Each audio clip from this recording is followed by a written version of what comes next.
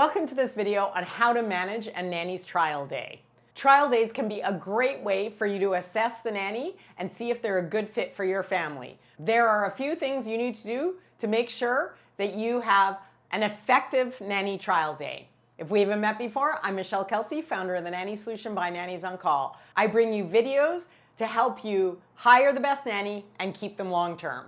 Let's dive right into it today. Why is a nanny trial day important and why should you consider it before hiring the nanny? First of all, it gives you an opportunity to assess compatibility. The interview is great, but to see a nanny working and how they're interacting from your child will give you more insight to see if the nanny aligns with your values and parenting style. Number two, it gives you the opportunity to observe the nanny's skills. Are they able to engage, educate, and soothe your child while they're working with you that day? These are all things you can observe during the trial day. You can observe things like how do they put the baby down for a nap while still keeping your toddler entertained, or keeping your toddler entertained while they're making their snack or lunch. These are great ways to assess safety. There are also benefits to doing a trial day. It reduces uncertainty. Sometimes just meeting a nanny for half an hour in an interview isn't quite enough to see if you're going to get along and have the same values and style. Nanny trial days help you reduce uncertainty. Having a nanny trial day can save you time as well. Multiple interviews, being unsure, having them come back, just having a day or two where you see them working can really help save your time and get you to the decision of hiring faster. Once you've decided to have a trial days and the actual benefits of it, what do you need to do? Number one, you need to be prepared. When you're preparing for the trial day, you need to know what the nanny is going to be doing. Discuss the expectations, routine, and plan for the day with the nanny. The nanny doesn't know your schedule, so make sure you prepare a schedule for the day. What times do the children eat? When do they go outside? When do you want them to play or have activities? The schedule needs to be really set out since the nanny is walking into your home for the first time. Ensure you have a safe environment and take the time to walk your nanny through the entire home so they know where everything is and any safety procedures that you have in case of emergency. Of course, safety, make sure you discuss any allergies, dietary restrictions, or special needs that you have while the nanny's working in your home that day. Number two, planning the trial day. Deciding how many days. This isn't something that should go on and on and on where you have the nanny come one day and then at the end of that day you're like, oh, I'd really like to see you again 2 days from now. That's not the way it works. You'll want to outline what the trial day is before the nanny starts. Are you gonna do 2 half days, 1 full day? Whatever it is, it's up to you and what works best for you. But the nanny should know ahead of time.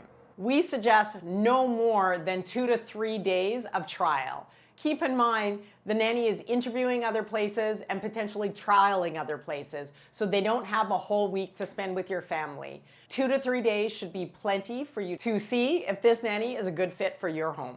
Make sure you decide on a payment method. Are you paying them at the end of every day? Are you paying them at the end of the trial period?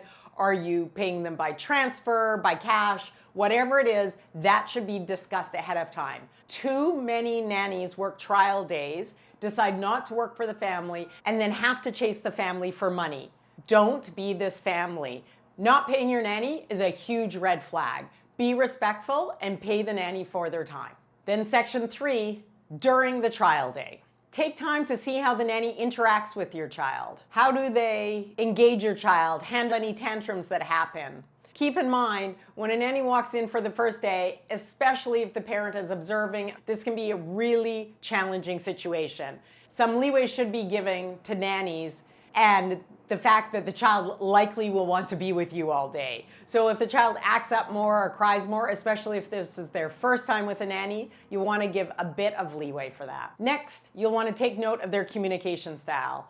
Are they giving you feedback on what's happening, what they need, what they're struggling with? How are they communicating with your child? Is it respectful and friendly? And then finally, how are they handling the communication that you're giving them on feedback and things you'd like to do? Are they following it or are they ignoring your suggestions? And finally, pay attention to how they manage activities and routines. How are they prioritizing tasks and managing what needs to be done during the day? Are they encouraging learning and play in your child? And did they come with activities or ideas of things to do with your children specific to their age group. And finally for the day, there should be evaluation and feedback. And this goes both ways. Asking the nanny how their day was. Did they need anything else? Did they struggle with anything? And then giving feedback to them on, I'd like to see you engage with the child more, or handle the temper tantrum. Whatever it is, make sure that there's communication at the end of each child day. Now's the time to clarify any questions you might have as well about their resume, their experience, and their educational background. And don't forget next steps. Make sure you communicate with the nanny what the next steps are. We're going to take 2 days to think about this. We're interviewing another nanny. Do you have any other positions that you're considering at this time? Whatever the next step is, make sure you tell the nanny when they can expect to hear from you.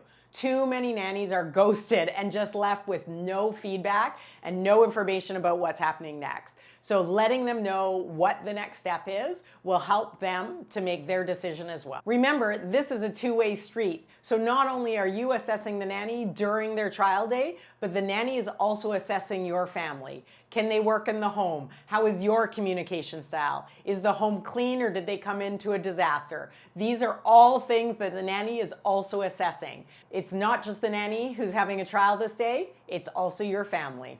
A well-managed nanny trial day is a great way to find the right nanny for your family. Do you usually do a trial day with your nanny before hiring them? Comment down below so we can all learn from each other. Otherwise, I'll see you soon.